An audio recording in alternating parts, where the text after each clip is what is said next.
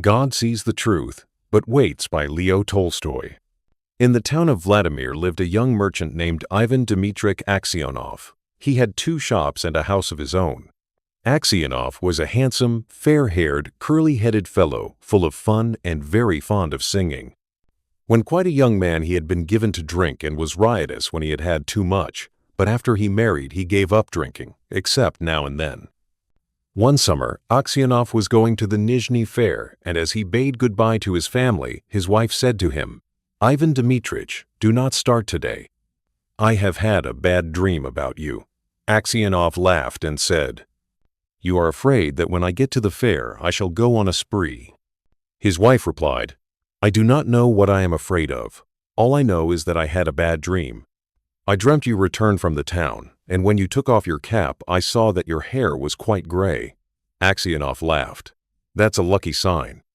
He said, "See if I don't sell out all my goods and bring you some presents from the fair."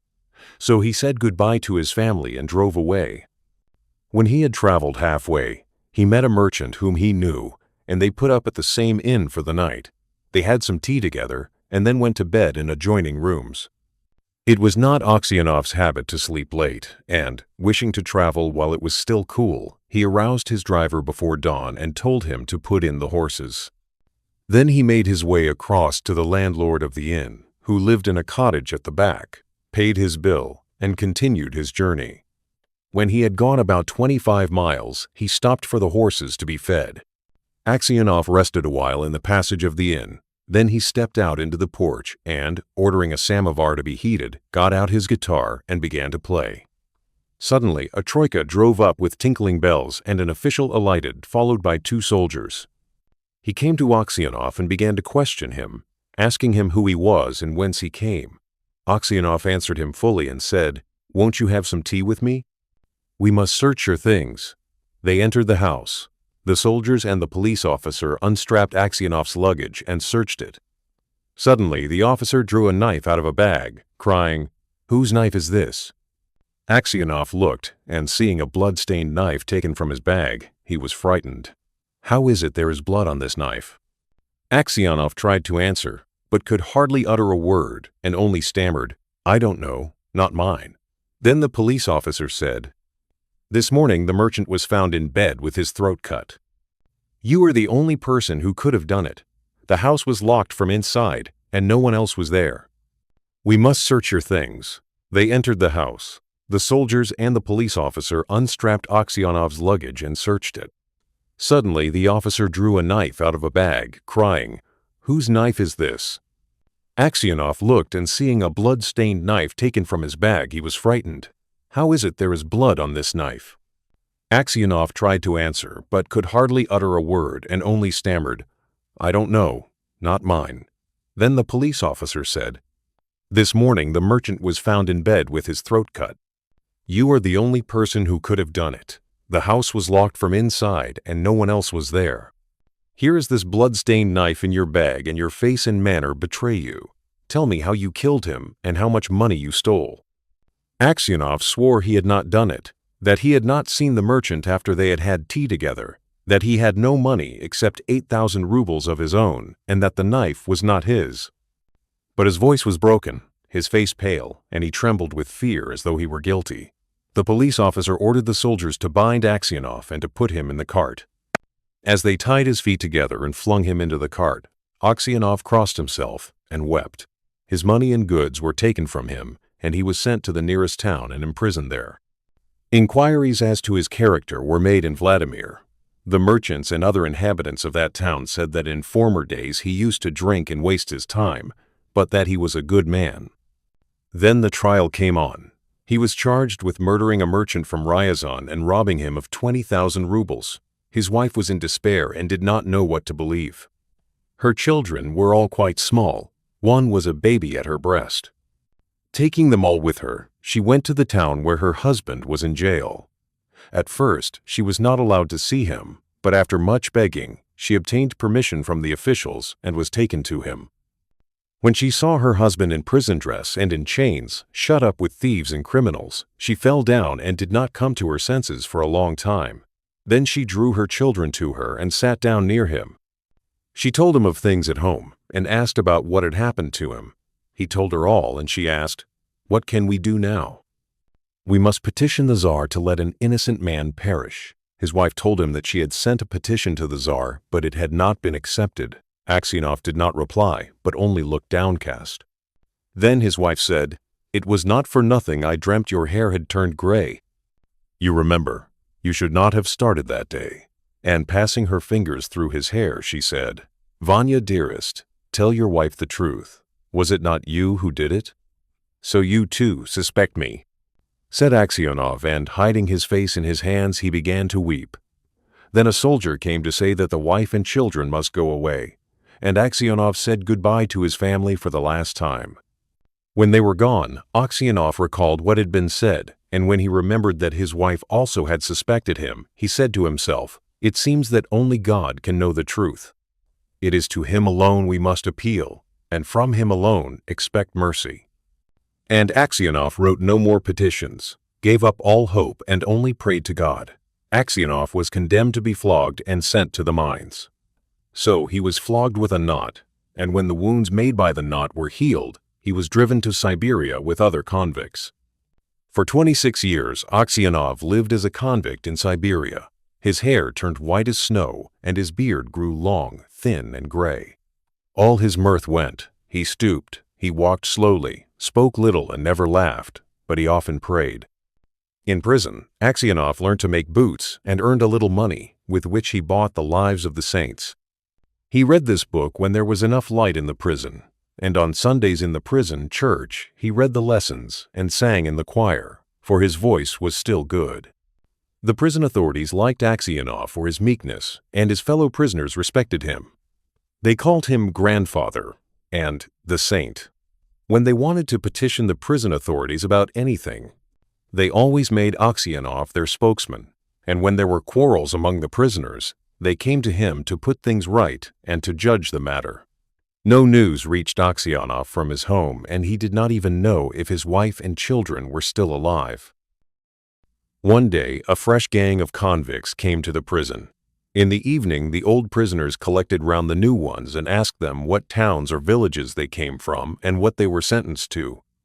Among the rest, Aksionov sat down near the newcomers and listened with downcast air to what was said.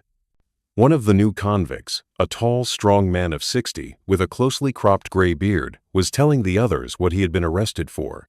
"Well, friends," he said, "I only took a horse that was tied to a sledge, and I was arrested and accused of stealing. I said I had only taken it to get home quicker, and had then let it go. Besides, the driver was a personal friend of mine. So I said, 'It's all right.' 'No,' said they, 'you stole it.' But how or where I stole it they could not say. I once really did something wrong and ought by rights to have come here long ago, but that time I was not found out. Now I have been sent here for nothing at all. But it's lies I'm telling you. I've been to Siberia before, but I did not stay long." "Where are you from?" asked someone. "From Vladimir. My family are of that town. My name is Makar, and they also call me Semyonik." Aksionov raised his head and said, "Tell me, Semyonik, do you know anything of the merchants Aksionov of Vladimir? Are they still alive?" "Know them? Of course I do. The Aksionovs are rich, though their father is in Siberia. A sinner like ourselves, it seems. As for you, Grandad, how did you come here?" Aksionov did not like to speak of his misfortune. He only sighed and said, "For my sins I have been in prison these 26 years. "What sins?" asked Makar Semyonik. But Aksionov only said, well, I must have deserved it." He would have said no more, but his companions told the newcomers how Aksionov came to be in Siberia, how someone had killed a merchant and had put the knife among Aksionov's things, and Aksionov had been unjustly condemned.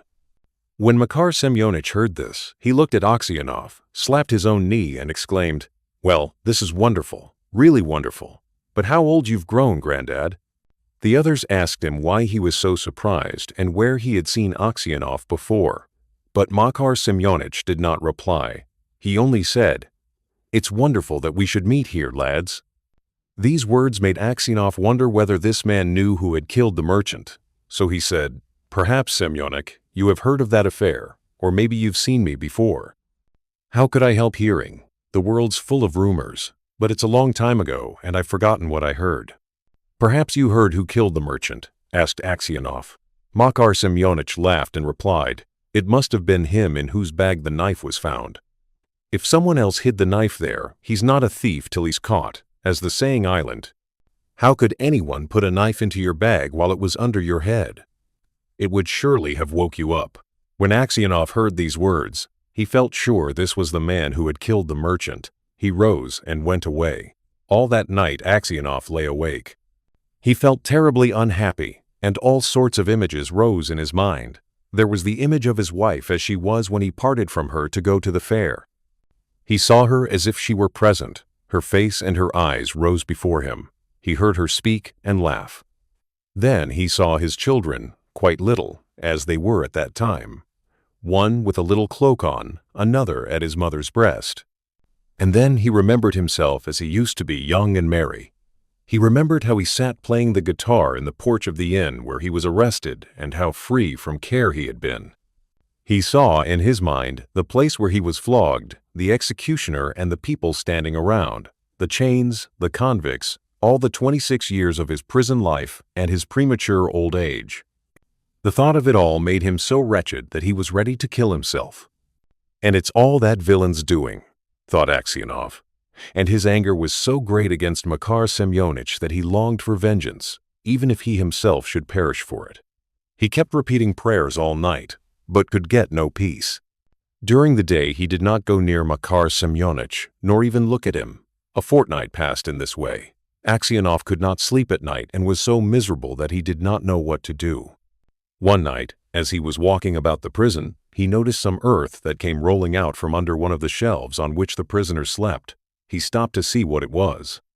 Suddenly, Makar Semyonich crept out from under the shelf and looked up at Aksionov with frightened face.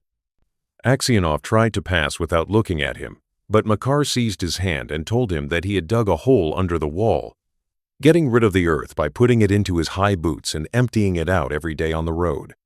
Just you keep quiet, old man, and you shall get out too. If you blab, they'll flog the life out of me, but I will kill you with an axe. Aksionov trembled with anger as he looked at his enemy. He drew his hand away, saying, I have no need to escape and you have no need to kill me. You killed me long ago. As to telling of you, I may do so or not, as God shall direct. Next day, when the convicts were let out to work, the convoy soldiers noticed that some of them had emptied some earth out of his boots. The prison was searched and the tunnel found. The governor came and questioned all the prisoners to find out who had dug the hole. They all denied it. Those who knew would not tell on Makar Semyonich, lest he should suffer punishment. Aksionov was called up and questioned, and Makar Semyonich stood at a distance and did not look at him. Aksionov's lips and hands trembled, and for a long time he could not utter a word. He thought, why should I screen him who ruined my life? Let him pay for what I have suffered. But if I tell, they will probably flog the life out of him, and maybe I suspect him wrongly. And after all, what good will it be to me? Well, old man, repeated the governor, tell me the truth. Who has been digging under the wall? Aksionov glanced at Makar Semyonich and said, I cannot say, Your Honor. It is not God's will that I should tell. Do what you like with me. I am in your hands. However much the governor tried, Aksionov would say no more, and so the matter had to be left. That night, when Aksionov was lying on his bed and just beginning to doze, someone came quietly and sat down on his bed. He peered through the darkness and recognized Makar. What more do you want of me? Asked Aksionov. Why have you come here? Makar Semyonich was silent. So Aksionov sat up and said, What do you want? Go away or I will call the guard. Makar Semyonich bent close over Aksionov and whispered, Ivan Dmitrich, forgive me. What for? Asked Aksionov. It was I who killed the merchant and hid the knife among your things. I meant to kill you too, but I heard a noise outside, so I hid the knife in your bag and escaped out of the window. Aksionov was silent and did not know what to say. Makar Semyonich slid off the bed shelf and knelt upon the ground. Ivan Dmitrich, said he, forgive me. For the love of God, forgive me. I will confess that it was I who killed the merchant, and you will be released and can go to your home. It is easy for you to talk, said Aksionov. But I have suffered for you these 26 years. Where could I go to now? My wife is dead and my children have forgotten me. I have nowhere to go. Makar Semyonich did not rise but beat his head on the floor. Ivan Dmitrich, forgive me, he cried. When they flogged me with the knot, it was not so hard to bear as it is to see you now. Yet you had pity on me and did not tell. For Christ's sake forgive me, wretch that I am. And he began to sob. When Aksionov heard him sobbing, he too began to weep. God will forgive you, said he. Maybe I am 100 times worse than you. And at these words his heart grew light and the longing for home left him. He no longer had any desire to leave the prison, but only hoped for his last hour to come. In spite of what Aksionov had said, Makar Semyonich confessed his guilt. But when the order for his release came, Aksionov was already dead.